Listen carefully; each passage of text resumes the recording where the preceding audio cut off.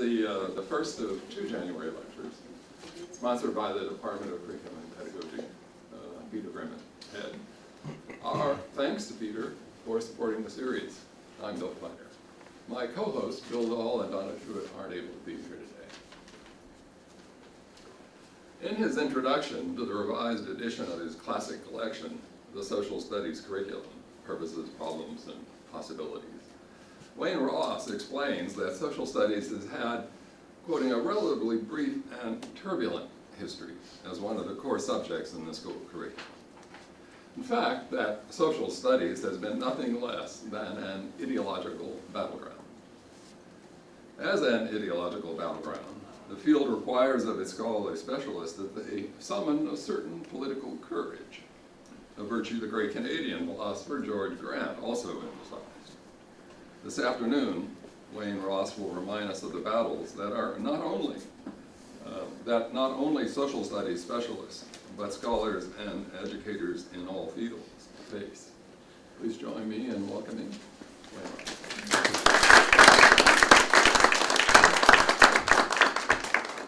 Thanks, I appreciate you all coming. Bill, thanks for the introduction. I appreciate the invitation from Bill Dahl and Donna Truitt. I don't think I'm going to be talking a long time, so we should have some time for discussion. And I'm going to try to run this PowerPoint too. So I've got a couple of little remarks to make though before I get into the meat of the paper. I feel like all my life I've been institutionalized. And I wrote in an intellectual memoir a couple of years ago about my early life and how I experienced something that was not quite, but fairly close to Goffman's notion of a total institution. Some of you know, and I'm not ever afraid to bring this up and talk about it, but I was raised as a minister's son in a Pentecostal church, grew up in a parsonage right beside the church, and I had a lot of hope and faith in the church. And it took courage to reject that faith at some point in my life. But it wasn't just a rejection of religious faith, it was actually the substitution of a secularized faith for that religion. And one time my wife told me, as I was very active in the American Federation of Teachers, that my religion had become unionism. And that was fairly accurate. But intellectually, at least, I think that my secularized faith was very influenced by John Dewey and a liberal progressive notion of democracy and the role of schools in creating and nurturing and sustaining a Deweyan type of democracy. And now that I'm a bit older, I'm experiencing another crisis of faith. And as a teacher educator, I'd say that my views on the role of social studies teaching and curriculum have evolved quite a bit to the point to where I'm now having to summon some courage regarding my secular faith. Novice teachers come into the classroom full of hope about becoming teachers and what they can accomplish in schools. But I do wonder where the courage is for novice teachers to challenge the institution of schooling when schools confront them with values and practices that are inconsistent with their own idealized views of their role as a social studies teacher or any teacher. For me, this hopelessness or a lack of faith in democracy, and I would say a growing lack of faith in schools to accomplish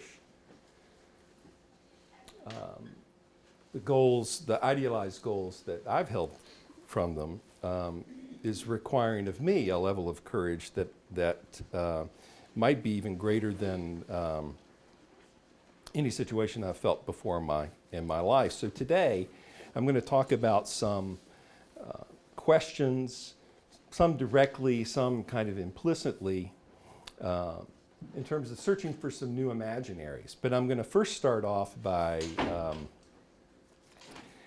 if I'm going to talk about courage and hopelessness, I guess I have to start off I have to set the stage. So the first little bit will be on the hopeless side, but I'm going to talk about democracy. I'm going to talk some about elections. I'm also going to talk about clowns, but I'm not talking about any of the clowns running for the Republican nomination south of the border. I also want to say that in my slides, if you're interested, I've made a PDF of them and put them up on my academia.edu page so you can access them there. And the source material for this talk, which is kind of pieced together from 3 or 4 different articles and chapters I've written in the last couple of years. You can find that source material there too. The post-9/11 world is depressing for anyone who values freedom and equality. In the wake of the heinous 9/11 attacks, we experienced assaults on civil liberties and human rights in the name of protecting freedom. The Patriot Act in the United States significantly expanded the authority of government to enhance surveillance of individual behavior and communication, seize assets, conduct warrantless and secret searches, and detain individuals indefinitely without charge. The war on terror has produced horrors such as the extraordinary rendition program, the case of Arar, the Guantanamo Bay detention camp, U.S. citizens held as enemy combatants, criminalization of refugees. And in a recent MSNBC interview, the retired general and former Democratic presidential candidate in the U.S., Wesley Clark, even called for the revival of internment camps for disloyal Americans, advocating for a return to one of the most shameful chapters in American history, the forced relocation and incarceration of Japanese Americans, most of whom were U.S. citizens.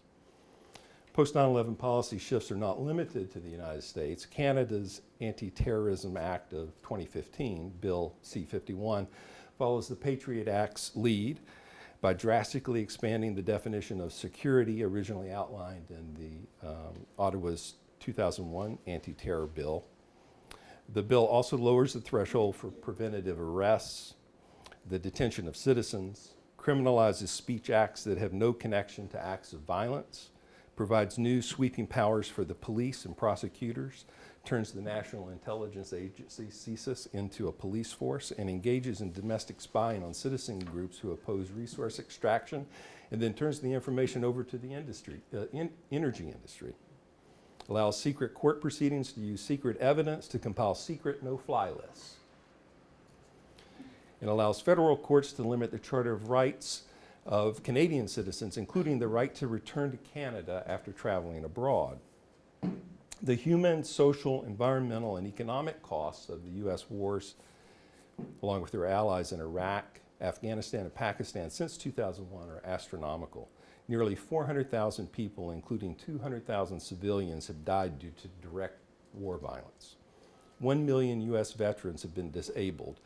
Veterans suffer from psychological and cognitive disabilities at an astronomical rate, including what has been described as an epidemic of PTSD-induced suicides, nearly 8,000 per year.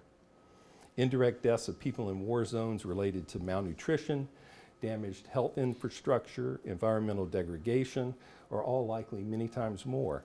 8 million people have been displaced and are living in inadequate conditions, and Iraq's health and education systems are devastated. These wars have produced major human rights and civil liberties violations, including a program of indefinite secret detention and the use of brutal interrogation techniques in violation of U.S. law, treaty, and obligations, as well as democratic values. The environment is another casualty of the wars in Iraq. Radiation from depleted uranium and hundreds of thousands of tons of bombs and other ordnance dropped on Iraq has created a toxic environment, poisoning soil and water, making the environment carcinogenic and creating abnormally high cancer rates. The toxic legacy of the assaults on Fallujah have been described as worse than Hiroshima. And after the shock and awe bombing campaign in Iraq, a 4-fold increase in the levels of depleted uranium was measured in the atmosphere over Europe, transported on air currents from the Middle East and Central Asia. Estimates suggest that these wars have cost $4.4 trillion. a figure that will double in the next 40 years as a result of government borrowing to finance wars that have not only failed to bring democracy to these countries, but has produced even more death and destruction as war spreads to Syria and Yemen. No expense has been spared when it comes on the war front. Meanwhile, income and wage inequality continues to grow, with the 1% leaving everyone else in the dust. We're now in a new Gilded Age, with massive concentrations of wealth on top, while the people in the bottom 40% are becoming poorer. The gap between the rich and the poor in developed countries is at its highest level in 3 decades. In the United States, the wealthiest 1% is worth as much as the bottom 90%. And Oxfam reported in 2014 that the 85 richest individuals in the world are as wealthy as the poorest half of the population of the world. 85 individuals. A 2014 Organization for Economic Cooperation and Development report, OECD, confirms what the rest of us have long known: trickle-down and austerity economics only makes the rich richer. The OECD reports data that neoliberal economic policies have not only failed to create economic growth, they have curbed economic growth significantly. The OECD is no radical organization, by the way. OECD argues that the inequality matters because it undermines education opportunities, lowers social mobility, and hampers skill development for the disadvantaged.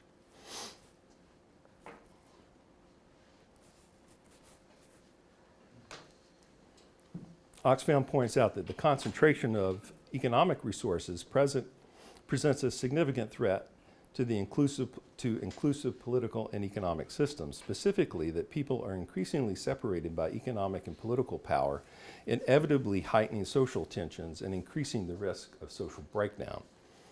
The world is at a crisis point we've never seen the likes of before.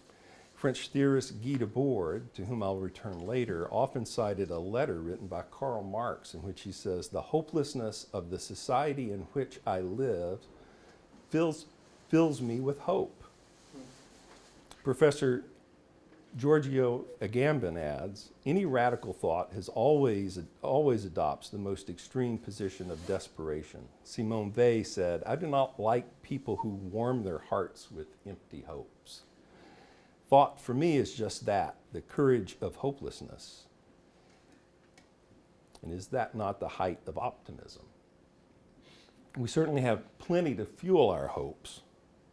The challenges we face as educators, and sometimes I'll slip and say social studies educators, but this is really for all of us, is not to warm our students' hearts with empty hopes, but rather confront what are seemingly hopeless times for freedom and equality with a pedagogy and a curriculum that comes from the courage of hopelessness.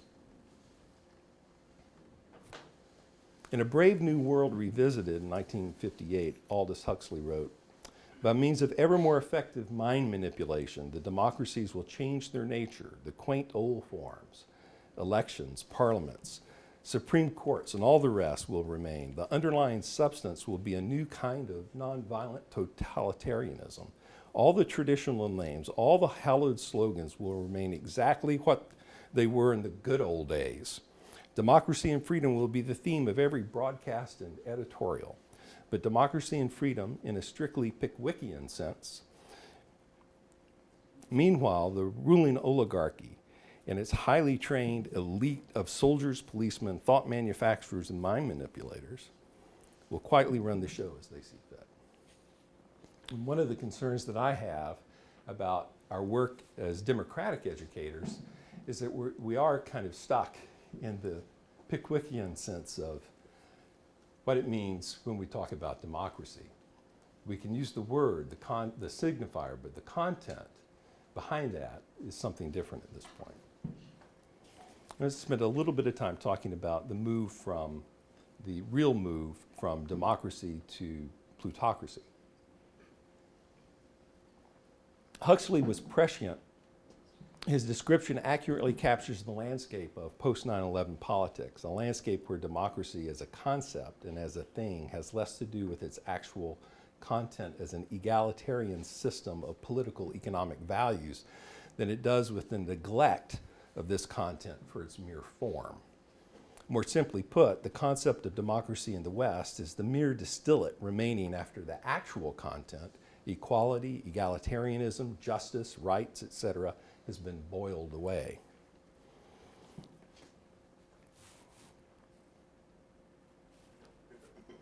In The Society of the Spectacle, the board argues, in societies dominated by modern conditions of production, life is presented as an immense accumulation of spectacles.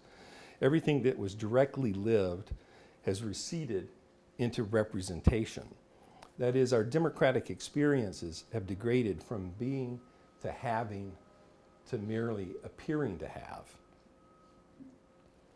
The lofty Deweyan ideal of democracy is a social phenomenon, what he called an associated way of living, which he understood as an end in view, something to be striven for, is first reduced to a political phenomenon, weak conceptions of democracy, like representative government, then further degraded to a spectator democracy, where a specialized class of experts identifies what our common interests are and then acts accordingly, leaving the rest of us as spectators rather than participants in democracy.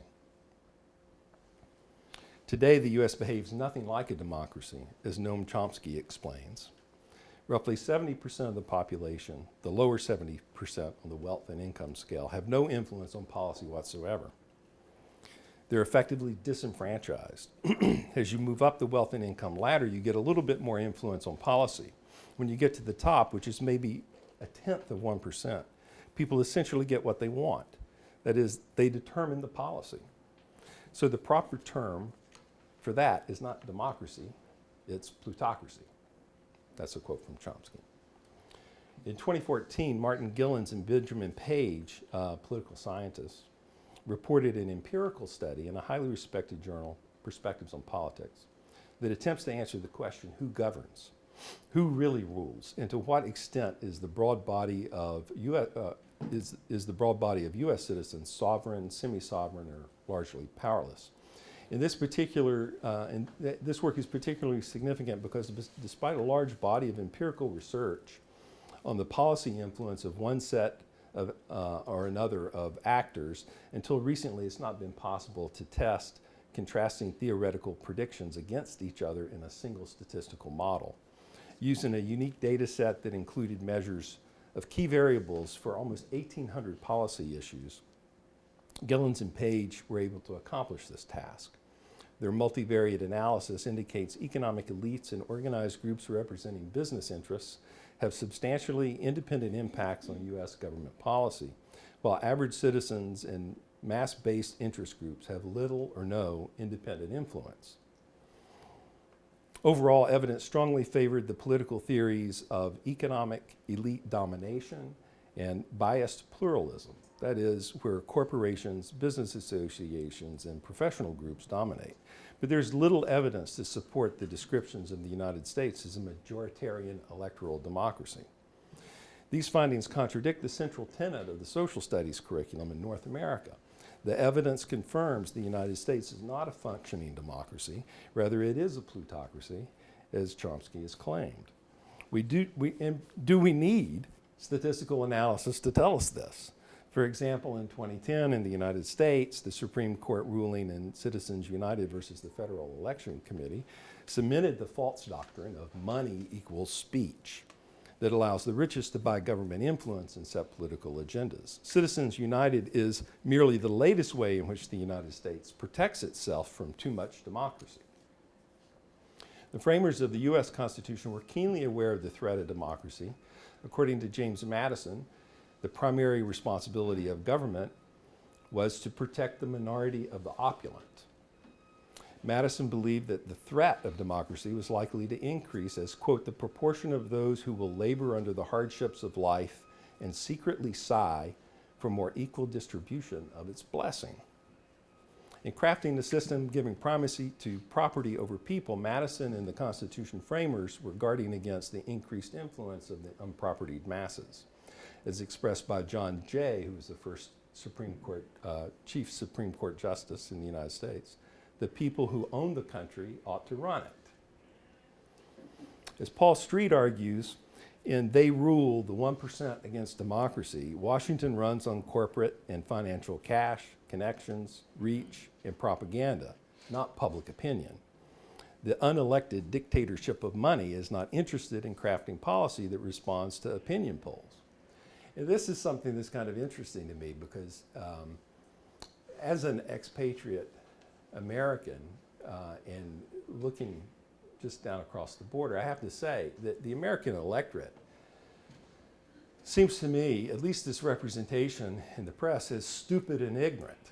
I mean, there's no way, I mean, I don't know if you bothered to just peek in last night at the clown show that was the GOP debate. But it's really depressing to me. And it challenges my faith, which I still try to maintain in individuals, in real people.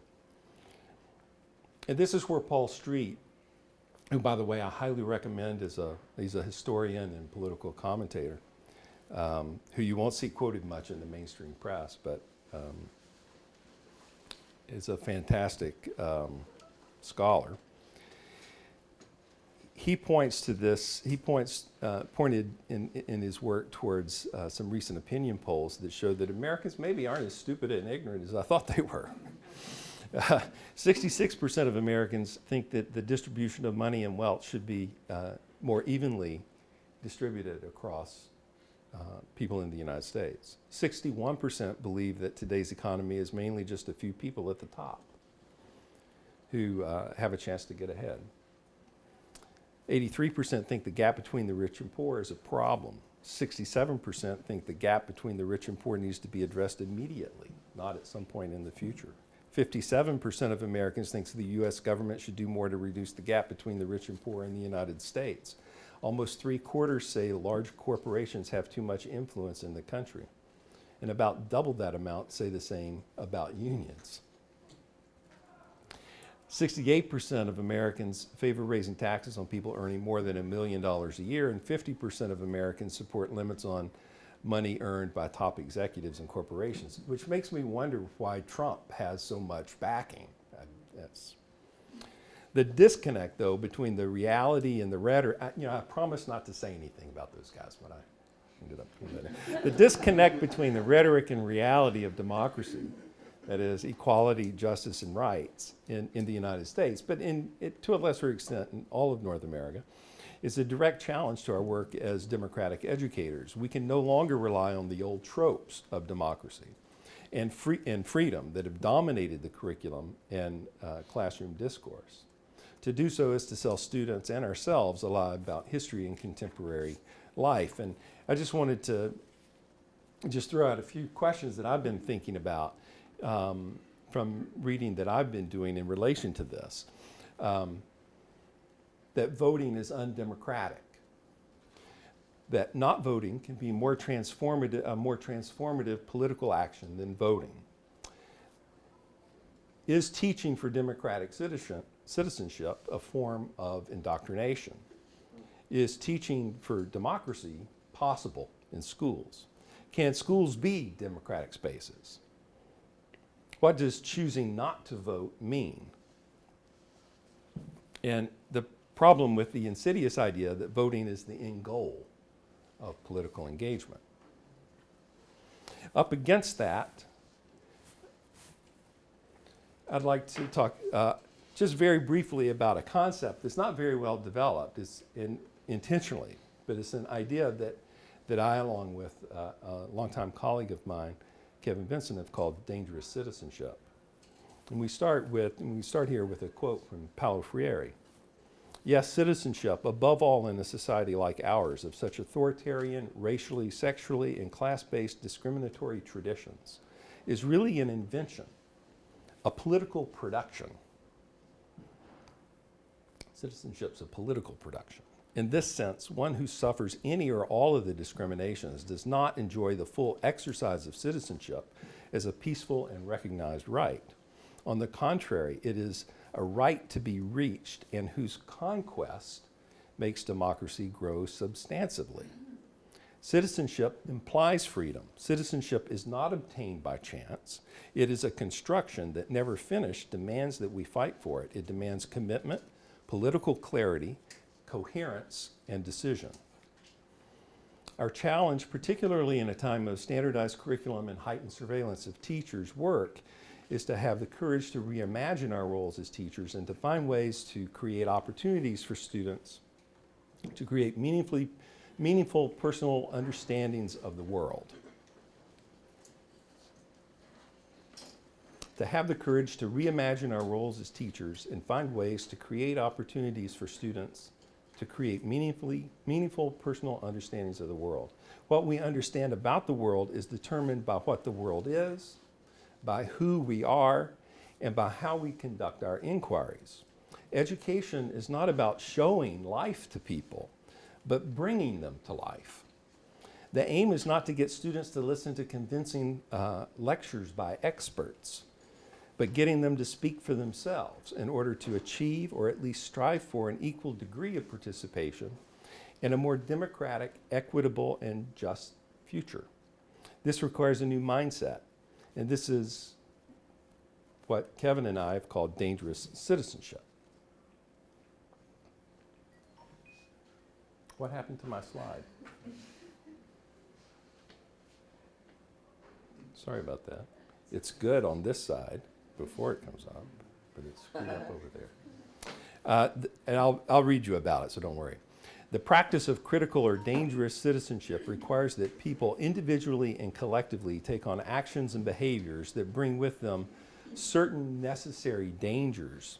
It transcends traditional maneuvers such as voting and signing petitions, etc. Citizenship today, from this perspective, requires a praxis-inspired mindset of opposition and resistance, an acceptance of a certain strategic and tactical stance. Actually, I think more of a tactical stance, and I'll talk about that in a minute. The implication is that dangerous citizenship is dangerous to an impressive and socially unjust status quo, to existing hierarchical structures of power.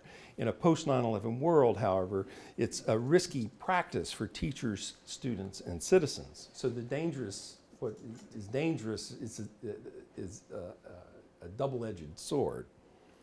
For me, dangerous citizenship is a radical critique of schooling as social control, a collection of strategies used to disrupt and resist the conforming, anti-democratic, anti-collective, and oppressive possibilities of society and schooling. And that includes political participation or non-participation in the traditional sense, some level of critical awareness from a Freirean sense or class consciousness in the ideas of Karl Marx or Lukács, and intentional action, that is, behaviors designed to instigate human connection, the true engagement with everyday life, meaningful experience, communication, and change.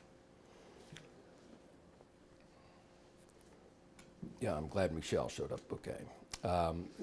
Michel Foucault argued that critique is not merely a matter of saying that things are not right.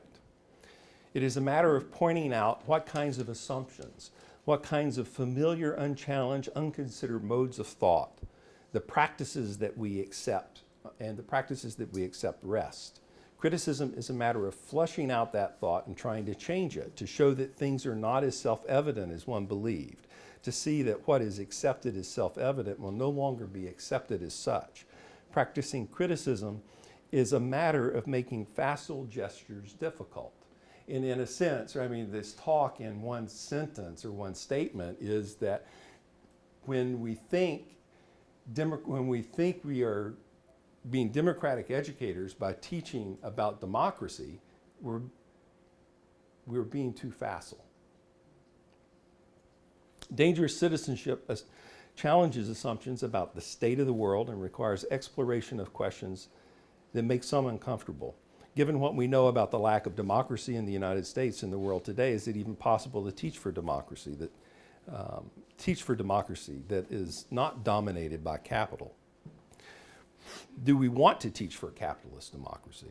Is there an alternative? Is the concept of democracy bankrupt? Is democracy as a concept and practice even salvageable? If democracy is salvageable, then it seems to me that teaching about and for democracy in contemporary times cannot be done without engaging the complexities and contradictions that have come to define what really existing or non-existing democracy is. It is a practice that must be understood as difficult, risky, and even dangerous. So I'm going to talk about four kind of premises that the idea of dangerous citizenship rests on. How do we break free of the tropes that have come to dominate our conceptions of democracy and define what it means to be a democratic citizen? Four fundamental premises inform dangerous citizenship, and the first is democracy and capitalism are incompatible. There's a fundamental contradiction between the ideals of democracy, people rule, and what capitalist democracy actually delivers, the rule of the rich. Too often, democracy and capitalism are conflated in our discussions of and teaching of both. In short, democracy does not dominate capital, it submits to capital. Many people work to make capitalism less hostile to democracy, social democrats, for example. But in the history of the United States in particular illustrates that capital will always trump democracy. And I don't want to belabor this, but and I'm drawing here from a paper that Rich Gibson and I wrote a couple of years ago on class consciousness in education. It was published in a book about Barack Obama and his education agenda. But briefly, we make an argument about the function of the capitalist state's democracy, which goes back to the arguments about the basis of the U.S. constitutional democracy, and the role of the state in terms, and democracy in terms of guaranteeing the accumulation of capital, preserving and tempering class rule, raising money to fund the state, regulating labor, facilitating commerce, et cetera, et cetera. So you can look at that for more elaboration.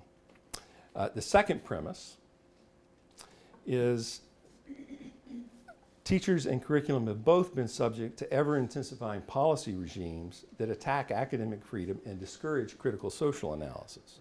No Child Left Behind and the Race to the Top in the United States are variations of a worldwide phenomenon that includes the marketization and privatization of education, human capital policies for teachers, and the regulation of what people know and how they come to know it. And I'll give some, in a minute, I'll run through a couple of examples of those. The third premise is that schools in capitalist societies are capitalist schools aimed at social control, that is, winning children over to be loyal, obedient, dutiful, and useful to the ruling classes under a variety of lies that include that we're all in this together, that this is a multicultural society, and democracy trumps inequality, that is, we could all be prime minister or president. Now, just to kind of give you a background on this, if you go back to Democracy and Education in Dewey's book from 1916, he makes an argument early on in the book that all societies use education as a means of social control. Up against that, so that applies everywhere.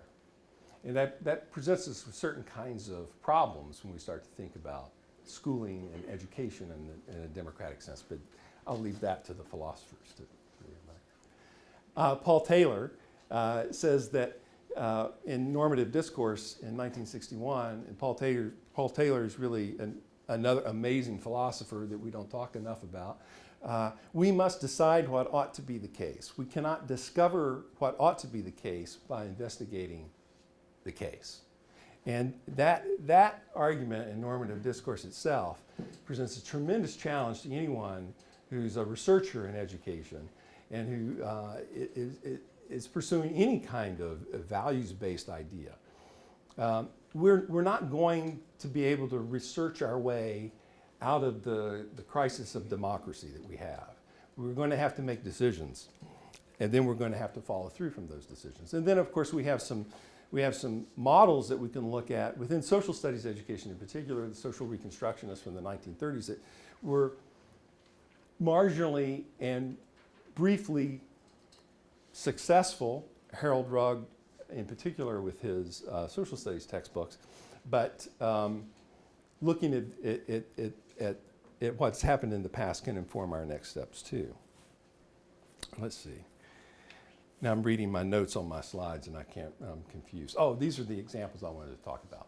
And this is just briefly, and then in a paper that I wrote with Kevin Vinson that was published in Cultural Logic, in a collaborative issue with Works and Days in Cultural Logic, we kind of spin out these narratives. So we can look at the ethnic studies curriculum in Arizona, where ethnic studies was declared illegal in Arizona and shut down. That's an interesting narrative. You can look at the revision of the state's curriculum standards in Texas, which the American Historical Association said undermined the study of social science by misrepresenting and distorting the historical record. We can look at Jefferson County, Colorado from 2014 with a school board attack on the curriculum, and I'll show you an example of that briefly in a minute. And then go to 2011 and 2013 in Prince Rupert, BC, where the school board's attack on political messaging in schools. And in the paper with Kevin, we spin those out. I'll just give you a brief example of, now my remote control's not working. Okay. These were the curriculum review guidelines in Jefferson County, Colorado for this history social studies curriculum, which included that theories should be distinguished from facts, materials should promote citizenship, patriotism, essentials and benefits of the free enterprise system, respect for authority, respect for individual rights, etc. And this is a t-shirt that teachers in School District 52 up in Prince Rupert were banned from wearing in school. And as you can see, the t-shirt on the front said "to be or not to be," kind of a clever play on the Charter of Rights and Freedoms. And it's an amazing and absurd story how this is banned in a BC public school. But I don't have time to tell that story right now. The fourth premise, and it follows, is just as a quote from Howard Zinn, civil disobedience is not our problem. Our problem is civil obedience. Our problem is that people all over the world have obeyed the dictates of leaders and millions have been killed because of this obedience. Our problem is that people are obedient all over the world in the face of poverty and starvation and stupidity and war and cruelty. Our problem is that people are obedient while the jails are full of petty thieves and the grand thieves are running the country. That's our problem.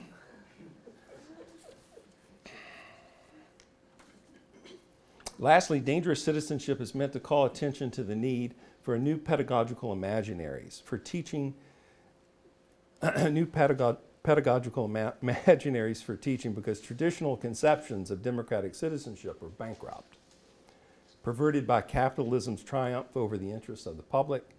And the balance of what I've got to say sketches out some of those possibilities, or it will, but I'm going to take a slight digression right here. That's important, but it's relevant to us in this room and in this institution. And UBC's BED program regularly and consistently teaches students to adopt a neutral stance in the classroom. I want to talk just briefly about the ideology of neutrality and what exactly is it we're protecting students from.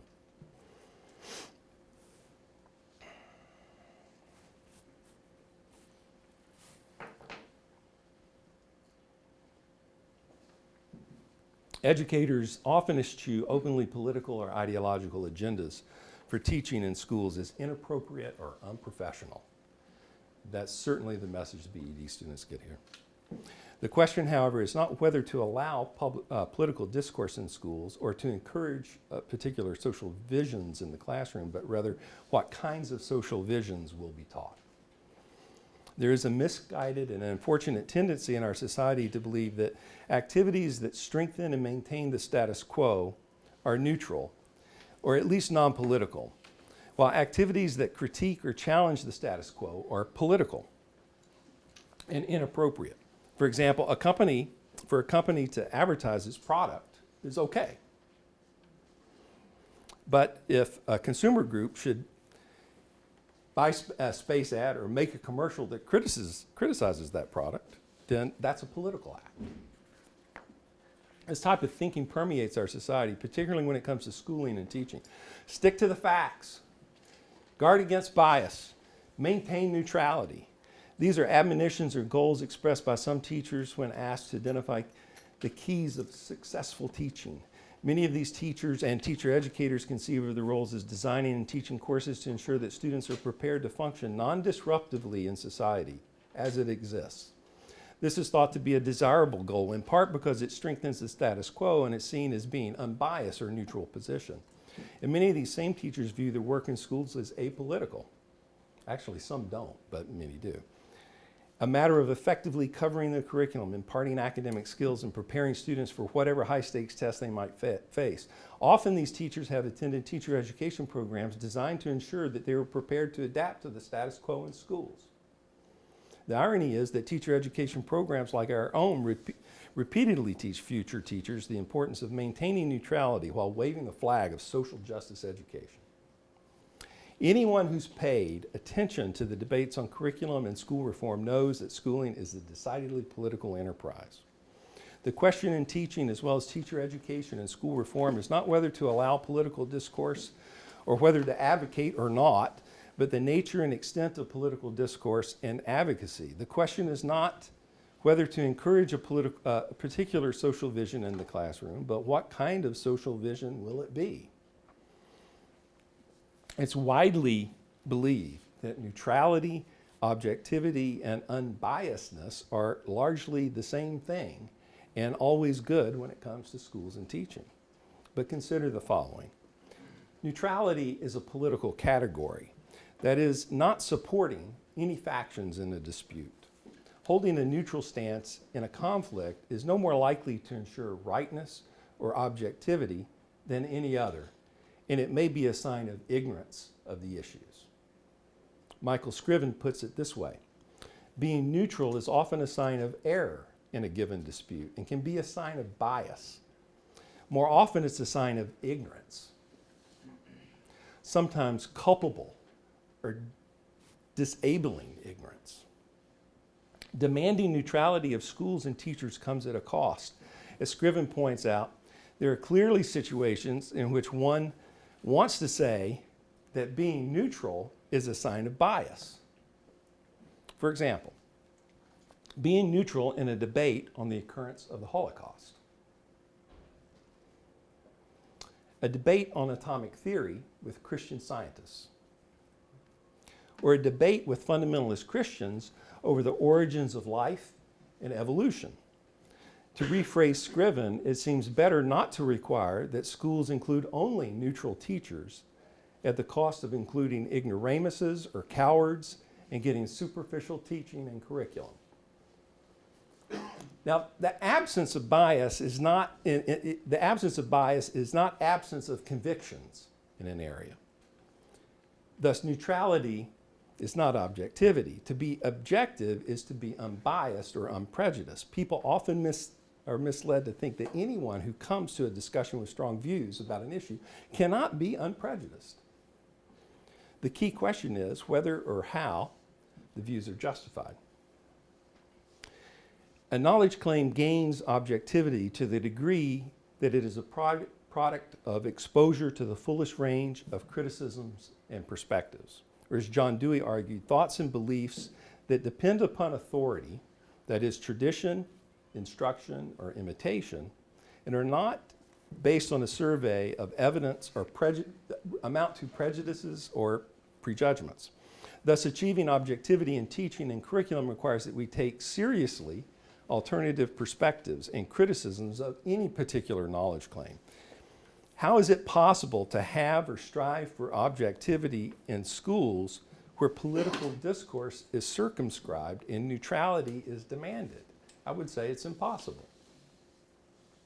Achieving pedagogical objectivity, though, is no easy task. The objective teacher considers the most persuasive arguments for different points of view on any given issue and demonstrates even-handedness, focuses on positions that are supported by evidence. Korngold and Waddington described it this way. These are a couple of political scientists talking about objectivity and teaching. This kind of approach is not easy and often requires significant quantities of time, discipline, and imagination. In this light, it's not surprising that objectivity is sometimes regarded as impossible, particularly with contemporary social issues in which the subject matter is often controversial and seemingly more open to multiple perspectives than in the natural sciences.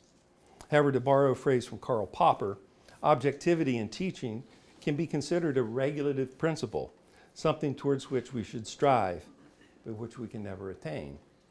The ideology of neutrality that dominates current thought and practices in schools and teacher education is sustained by theories of knowledge and conceptions of democracy that constrain rather than widen civic participation in our society, and functions to obscure political and ideological consequences of so-called neutral schooling, teaching, and curriculum. These consequences include conceptions of the learner as passive, democratic citizenship as a spectator project, and ultimately the maintenance of status quo inequalities in society. I don't talk as fast as I thought I was going to talk. So I've got a bunch of slides coming up here. And, that was my digression on neutrality, ideology of neutrality. And what I basically want to talk about here is making trouble, or the creative disruption of everyday life in the classroom. I've long been intrigued by the public pedagogy of politically inspired performance artists who aim to creatively disrupt everyday life through a creative resistance. I'll briefly present some theories and tactics relevant to teaching social studies in particular that can serve as, what I hope serve as imaginaries for the pedagogy of dangerous citizenship. So when we talk about these tactics, we're talking in particular, Desserteau talks about tactics as a democratic response to power. That the powerless don't have strategy because they don't have power. But the powerless can adopt tactics, and that is a democratic process. So here we're talking about when players, like these football players represented here, we think of them as teachers of or activists, adapt or adjust in line with the general goal. The tactical agility that results gives them an advantage over less responsive institutions. Now, if you've ever taught in school, you probably have some inkling of what that's like. How can I do this even though it's not sanctioned or approved kind of approach.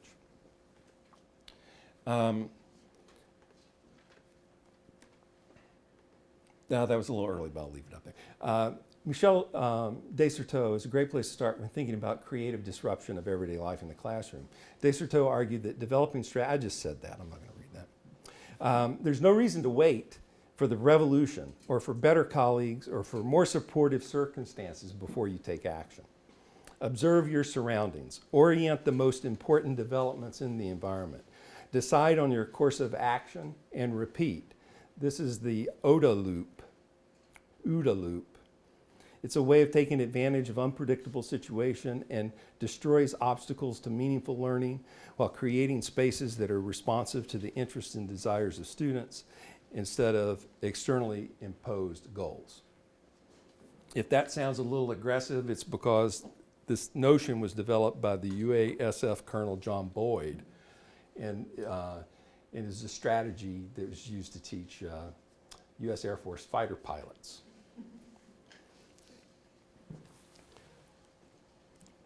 I'll give you one example from Desserteau's work called La Perruque, the wig. It's a diversionary practice of using the employer's resources for personal use.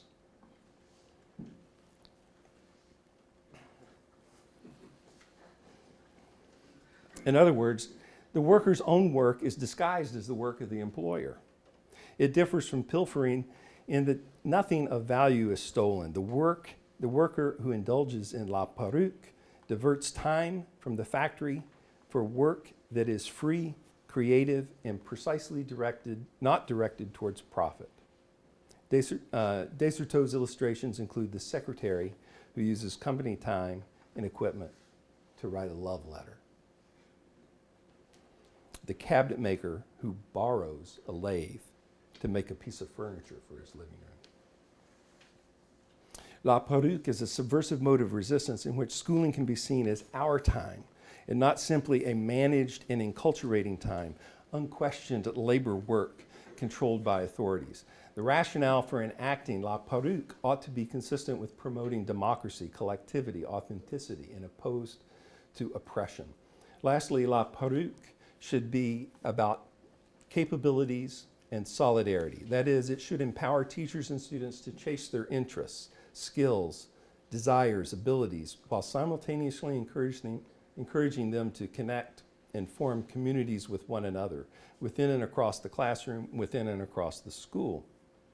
How can we use resources, times, and materials of school to teach social studies or any subject in ways that are directed towards interests and desires of students and local communities, rather than privileging the narrow and often exploitative interests of the elite, which are embedded in standardized curriculum, corporate textbooks, and examinations that regulate what students learn, which is restricting teachers' autonomy as decision makers. I don't know if any of you guys remember Fast Times at Ridgemont High. All my cultural studies references are very old now, but some of you do. I heard one or two. But Mr. Hand is the social studies teacher, played by Ray Milland. And that guy who interviewed El Chapo the other day, Sean Penn, plays a social studies student. And you can find this clip. Actually, you can. I think I have a link to it in a paper somewhere. You can find this clip on YouTube where Sean Penn's character, Spicoli, I was blocked. Thank you so much. Mr. Spicoli, where he orders pizza in the middle of Mr. Hand's lesson about U.S.-Cuban relations. And the pizza guy shows up and he comes in and Spicoli pays the pizza guy. And then Mr. Hand says, "What in the hell are you doing, Mr. Spicoli?" He says, "This is my class, this is my time." And Spicoli says to Mr. Hand, he says, "Well, the way I look at it, you're here, but we're all here too, and that makes it our time." That's the idea of la perruque. That is, in our space, can we create, what can we do in our space that is perhaps not sanctioned, but connects to what our interests and desires are. And then here's another example that kind of extends this from outside the classroom to the notion of a temporary autonomous zone. Basically, do you know what this is Burning Man. And the idea of temporary autonomous zones is to create alternative spaces that don't wait for the revolutionary moment, that are ephemeral, and that do not try to be confrontational. This is definitely not a strategic move. This is a tactical move. So we're going to go out into the desert in Nevada and do what you do at Burning Man, which is like take drugs and run around naked and listen to music and other kinds of stuff. Stephen's probably been to Burning Man, I know for sure, but I don't know if any of the rest of you have.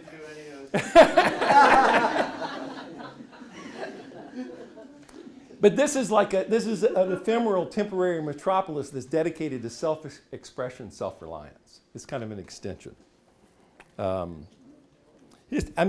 Politically and historically, we can see things like the Occupy movement, Idle No More, Burning Man, Fiume, which was a free independent state in what's now Croatia in the 1920s, or if you've been to Copenhagen, to Freetown Christiana, which are and some of those spaces are not as temporary, Christiana in particular. the society of the spectacle. This is Debord's theory. Debord's theory of the spectacle is at the heart of this idea, and really at the heart of dangerous citizenship and much of my thinking about education and schooling. The key idea is that capitalism exercises social control through images and mass media that turn us into spectators. What we feel, what we believe, how we express desire, what we believe is possible, are all filtered through and constrained by the media that we consume and produce.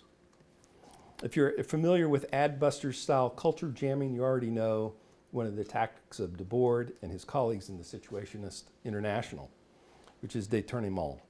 Détournement involves capturing images and turning them around in new presentations to subvert authority of the sign and the significations it sets in order. In other words, détournement is a variation on a previous media work in which a newly created one has a meaning that is antagonistic or antithetical to the original. That one of the best education examples is a hardcover textbook that was written by Jon Stewart and the writers of The Daily Show, which is called America, the textbook. And it has a foreword by Thomas Jefferson. And it's one of the best examples.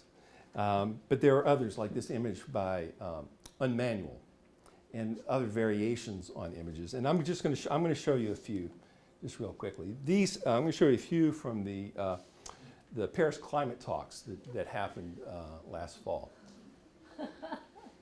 So can you read this? This is an Air France ad. Tackling climate change? Of course not. We're an airline. We're sponsoring the UN Climate Conference, so we look like we're part of the solution, and to make sure our profits aren't affected. Air France, part of the problem. Sorry, we got caught. Now you probably, I don't know if you know about the Volkswagen diesel. Yeah, you know about it. Now that we've been caught, we're trying to make you think we care about the environment. But we're not the only ones. Das Auto. I'm a Volkswagen owner too. So, another one, live the climate experience. These are all examples of what's called brandalism.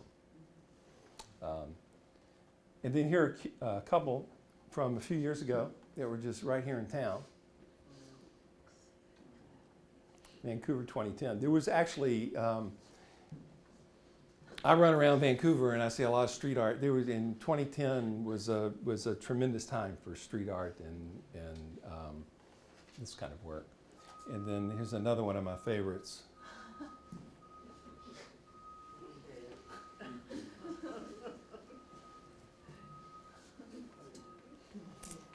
Now I'm running out of time. I told myself I was not going to go over an hour, but Bill did talk for like 2 minutes. So I talked some about the propaganda model, and it's the propaganda model was developed by Edward S. Herman and Noam Chomsky as a framework for critiquing and understanding how news product is produced. And what I would argue is that in any kind of representation, not just news, but in a lesson plan, in a textbook, in any kind of material that's presented as some kind of authoritative narrative to student, that there are ways in which maybe not these exact filters that Herman and Chomsky talk about relative to the corporate media, but we can come up with useful filters to understand how the content of a lesson or a curriculum is produced in a way that reveals its political economy. Essentially, in manufacturing consent, it is, I think it's even subtitled The Political Economy of the Mass Media. So this is the idea of thinking about and interacting with curricular resources, knowledge, information, and trying to think of it as a product of a political economy. I'll talk just very briefly about 2 more examples. One was developed by Bertolt Brecht in the 1930s as a dramatist, German dramatist and communist, who used the idea of the alienation effect. I'm sure some of you have run across that, but I think we actually all have, even if we didn't know the name for it. If you are really old like me, you remember a show, the Gary Shandling show. Some of you must. But any show, or any show where the fourth wall is taken down. House of Cards. When, what's his name? Somebody help me. Spacey. Yeah, what's his character's name? I think I have it in here. In House of Cards, Frank Underwood. Oh, I'm He will turn, he turns to the camera and he talks to you and like out of character. The idea of the alienation effect is, or the distancing effect, and the whole notion of epic theater was to challenge and to disrupt, to create some kind of jolt. Like when we go to see a play, a production of a drama, most of the time in dramatic theater, the audience goes into and becomes part of the experience, is in the thick of it, as Brecht would say. Epic theater, the alienation effect, is about shocking the spectator to the point to where they have to stand outside of the play itself. In fact, Brecht created situations that were unplay-like by having a character suddenly break out into a song, or to have a political banner that has nothing to do with the content of the play in the background, et cetera, et cetera. So this, a focus not on plot but on narrative, and the distinction there being, when we talk about narrative, we talk about how what's being communicated is constructed, not just the elements of the plot, but how is it constructed. It turns the spectator into an observer rather than being an attendee at a play. Rather than you all being students in my class, how do you become an observer of what's happening? How do you stand out of it? It arouses her capacity for action versus wearing it down. Dramatic theater provides her with sensations. Epic theater forces her to make decisions. Ultimately, and I think in social studies in particular, one of the ways this is useful is much of the propaganda of the social studies curriculum is aimed at creating certain kinds of feelings, like feelings of patriotism and loyalty and duty. Whereas in the epic theater approach, the alienation effect, the end goal is to force people to engage using reason instead of emotion. I said I was going to mention clowns, and so this is the last tactic that I'll mention, and this is like the ethical spectacle. It's a version, in some ways, it's kind of a tweak of a situationist approach, but the Zapatistas, the Yes Men, Greenpeace, and this is the clandestine insurgent clown posse. This is about engaging politically in ways that are described here as like what the left can learn from Las Vegas, or what Guy Debord said about boredom, that boredom is always counter-revolutionary, and that if we want change, we have to combat boredom. We have to create spectacles, but spectacles that are ethical. That is, they're participatory, they're open, they're transparent, they're realistic, and they are utopian, celebrating the impossible, and therefore helping to make the impossible possible, which is an idea that comes directly from Paris 1968 and the student revolts there.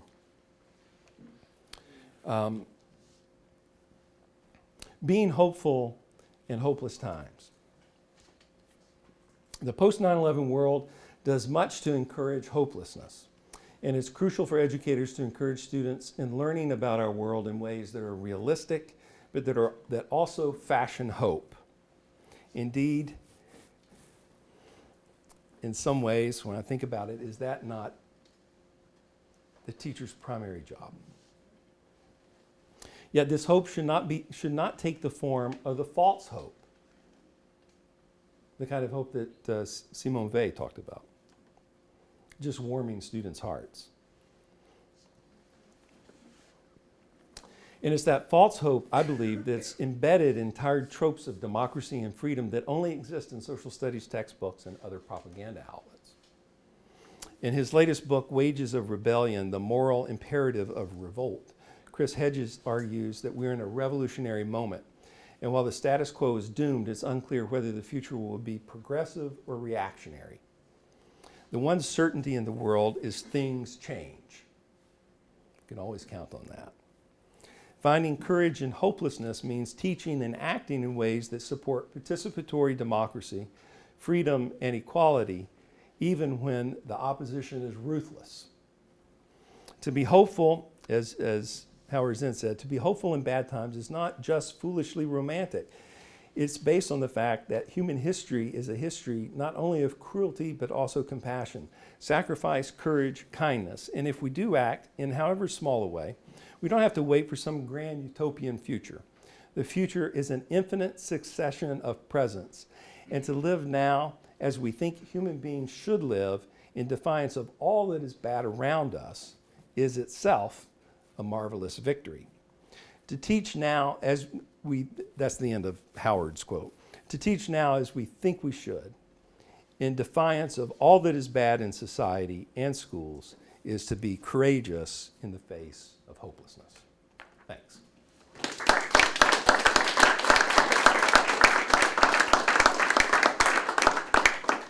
Are there any questions or comments?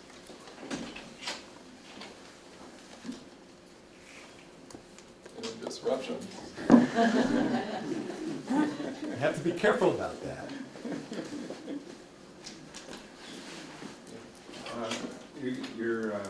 Thank you for the talk. It's really interesting. There's a whole number of points that I'd like to talk about, but I wanted, if you could expand on this idea of hope, because I think hope is something that we've heard discussed as, since the 70s there were politics of hope and sites of resistance, and this idea that hope is the thing that keeps us going and so forth. But I think that that's starting to not be believed as much as it was in those earlier radical times. And I see this from young people coming up too, that hopelessness is part of their culture.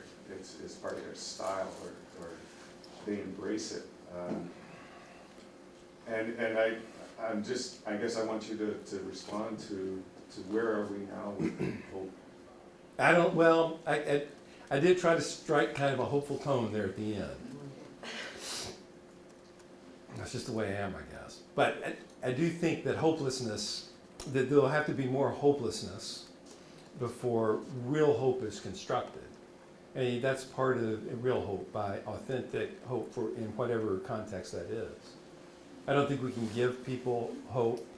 I don't think that, and certainly, at least at this, what a practical implication for what I'm saying is that I don't think we can teach about democracy and freedom, etc., in the facile ways that they've always been taught about. That has to stop if we're going to allow for, if we think in terms of pedagogical sense, students to fashion their own hope. That we have to first be honest with them about the hopelessness of the current situation by looking at, okay, what have been the tropes? What does your textbook say? What does the news media say? And we have to treat it in a way that is not about just trying to warm their hearts or to win them over.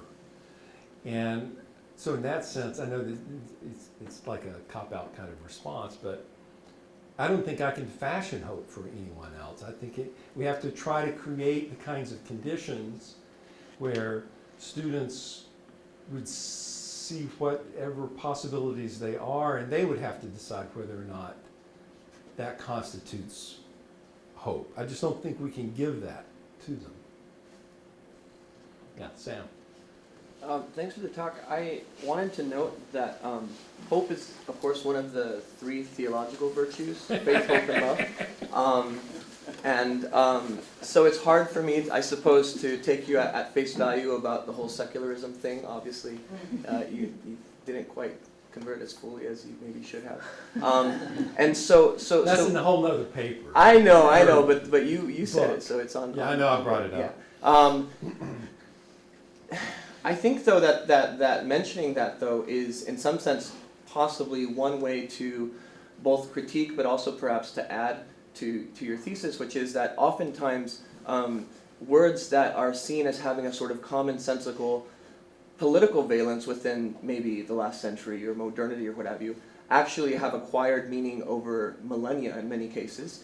And so there's this kind of sense of almost an anachronistic or ahistorical use of often theological terms and for political purposes that somehow seems to consistently miss the mark. And I wonder if part of that wit is itself religious.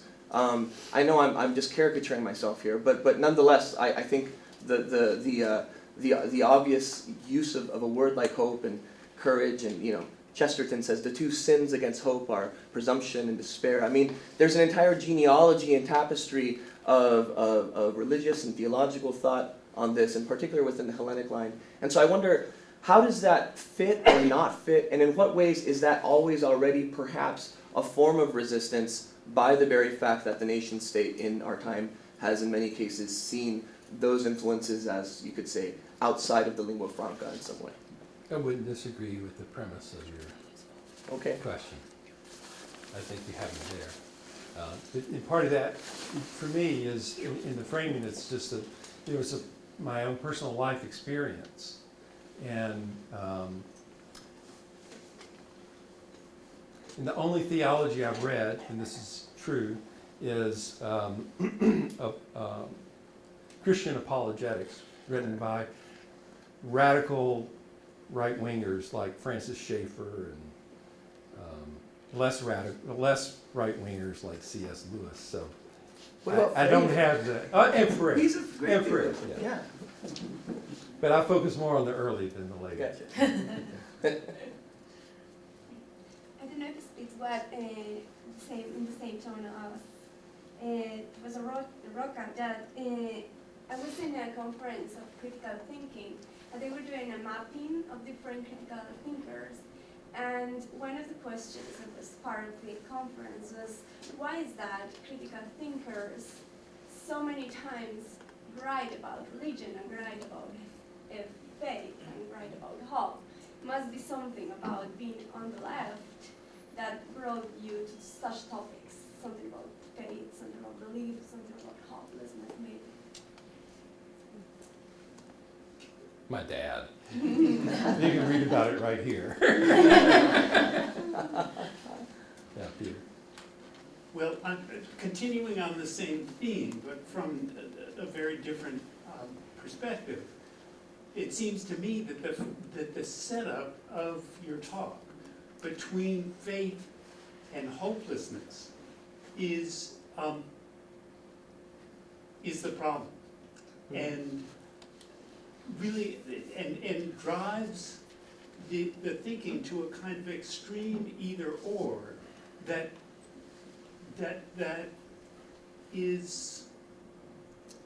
neglects really a rational Enlightenment kind of negotiation that's much more in tune with Zinn's final quote of the day by day, the incremental, the opportunities, the possibilities for incremental change, and the grounding of our thinking in the lives and the world that exists today. Yeah, I think that's a fair comment, and it does show a contradiction within my own representation of this.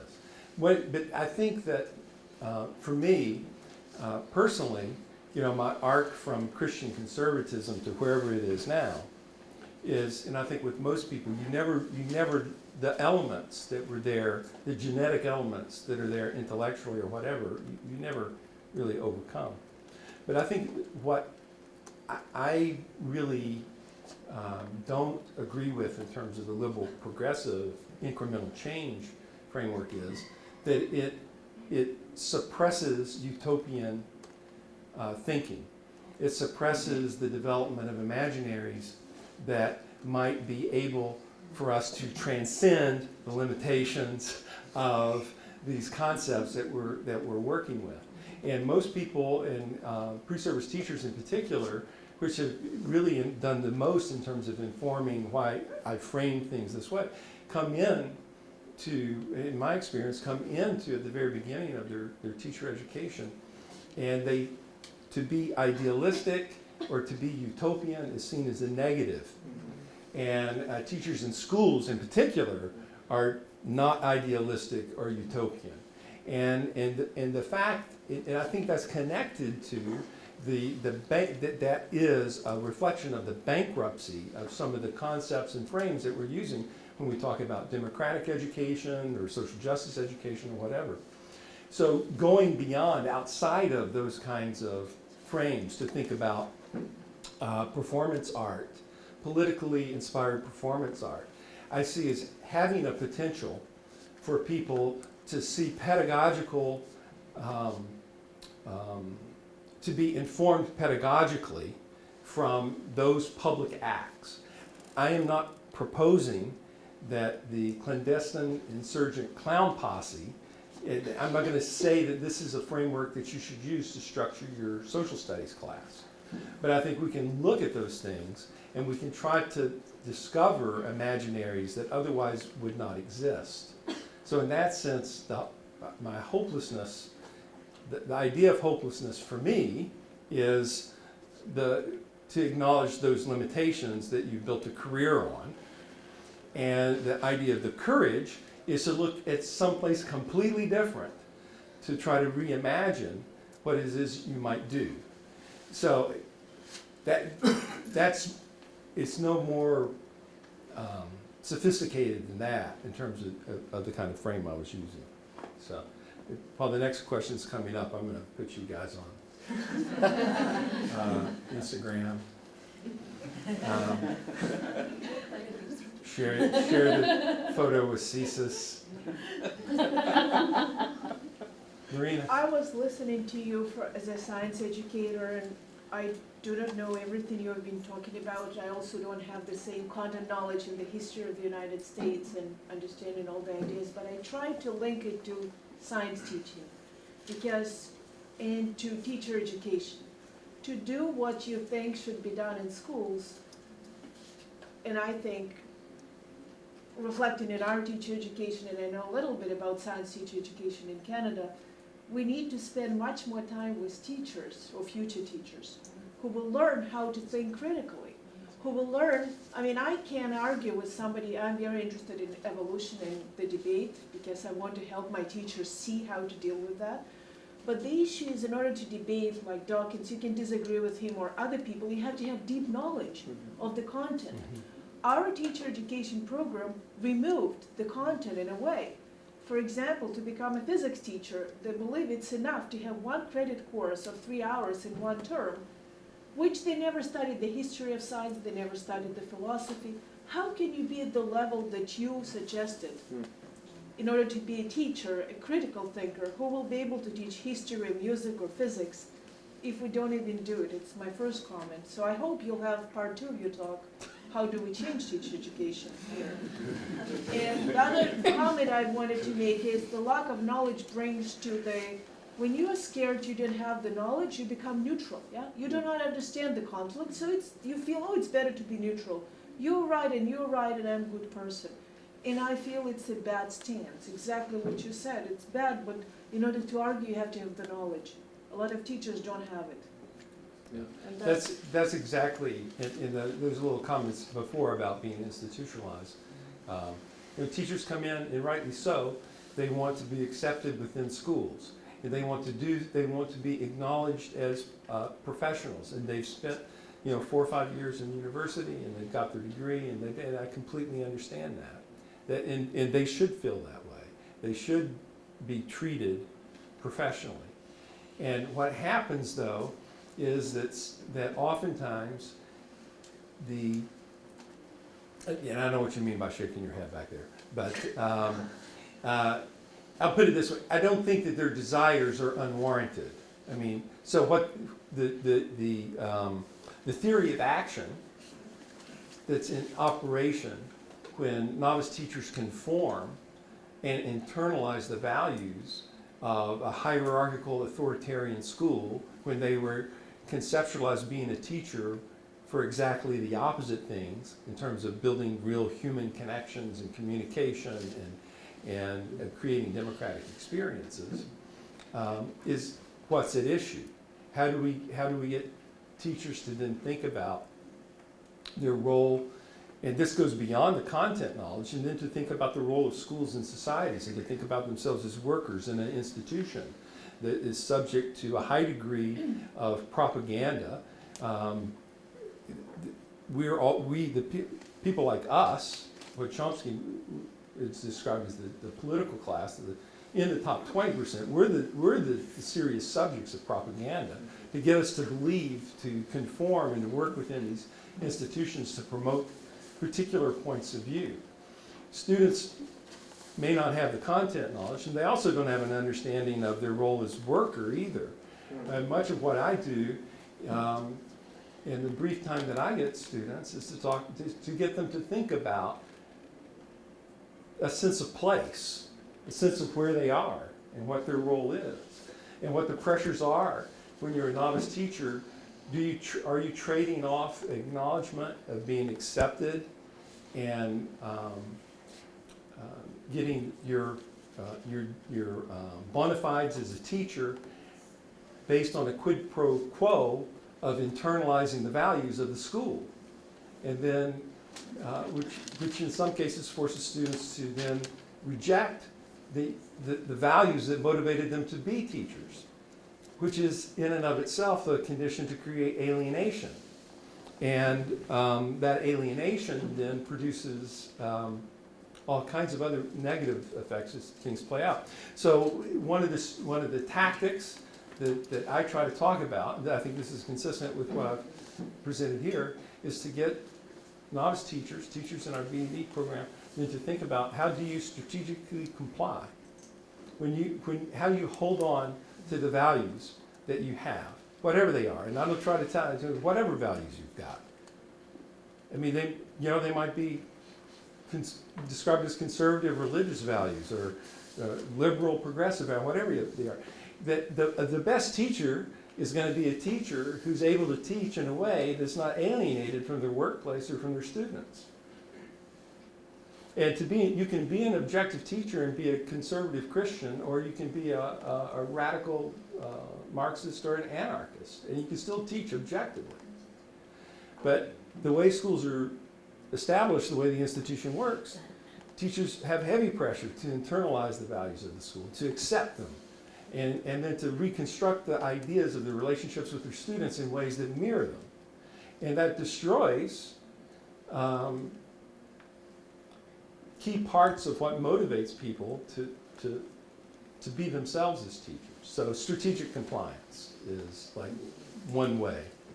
So I don't actually teach the clandestine clown party, insurgent clown party, but I do try to create a space where maybe that could happen, where they might think about that, where they might say, what is a version of being fun and resisting and mocking and participatory and thinking and critical all at the same time? Saeed. I've got a question for you, and I was wondering, do you think academia is per se a secular domain? And if yes, what is your definition of secular? Well, no, it's not. And academia is just like church.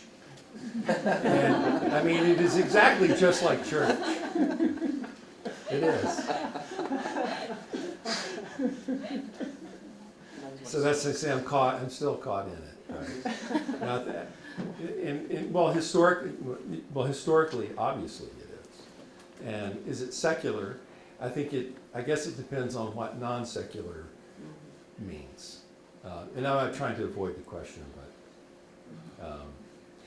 but for me, I think reason is reason rather than faith is what would separate the contemporary university from its ancestors.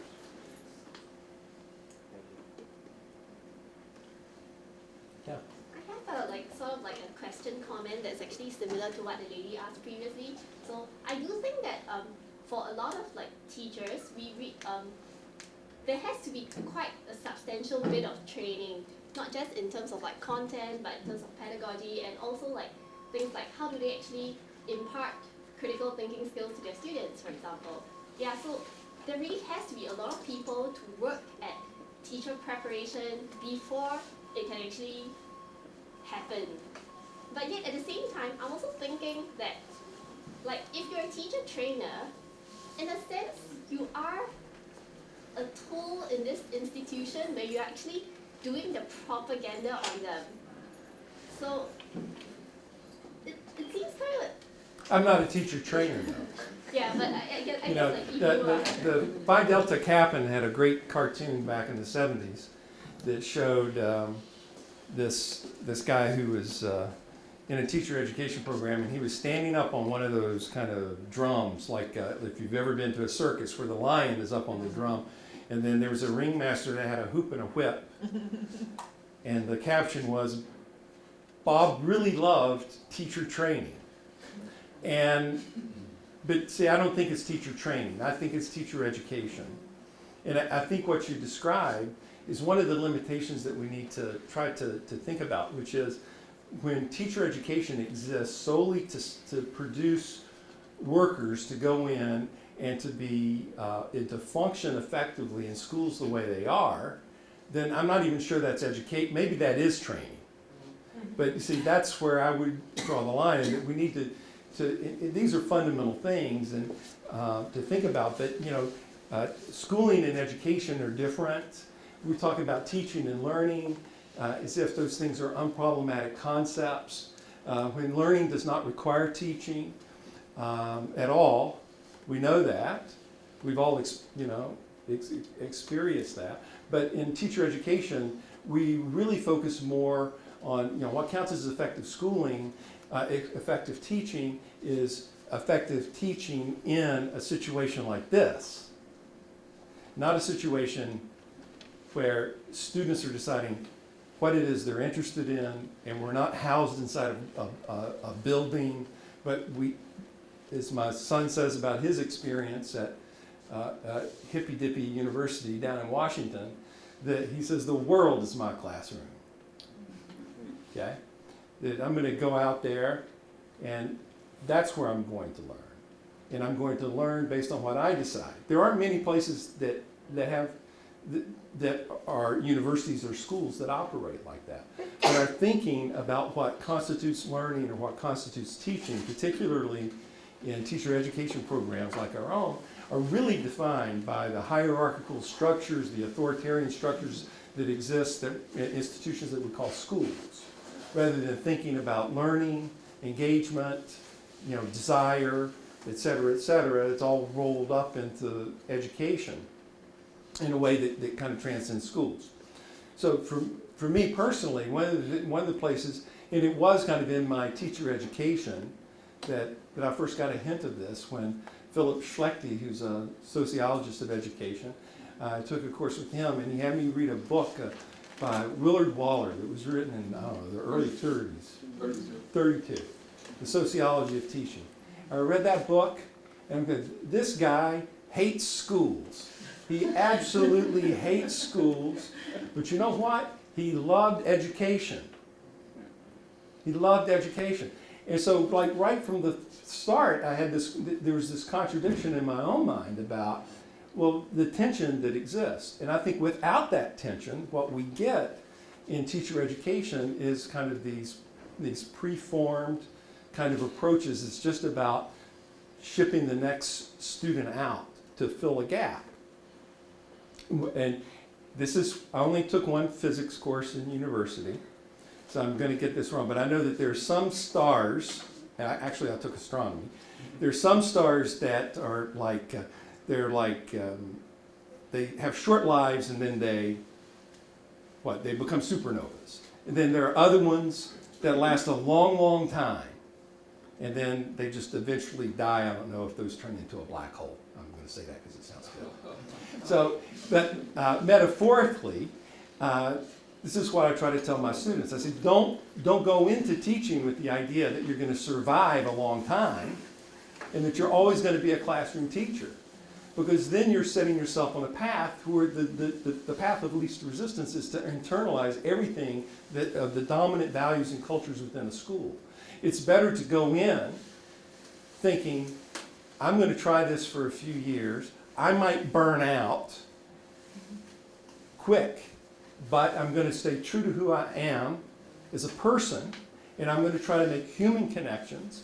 And I'm not going to teach or structure my relationships within what's controllable for me as hierarchical, authoritarian, and rejecting the interests of the people that I spend my day with every day. So I think those are ways I would respond to your question. Come. Let me ask you if you're going to meet with students at 2. No, you haven't arranged that. All I right. haven't, but All I'm right, then I happy won't to. say a word about that. If people want to. What I will, well, he's volunteering typically in the hour following the lecture. If you'd like to speak with the speaker more privately, graduate students are invited to do that without the other faculty Yeah, I'm happy to do present. Well, it seems to me that that your own rhetoric, your own performance art rhetoric, has forced us to consider that we may live in, or if not in, certainly slightly north of a political desert, and know that we're grateful that you're our Burning Man.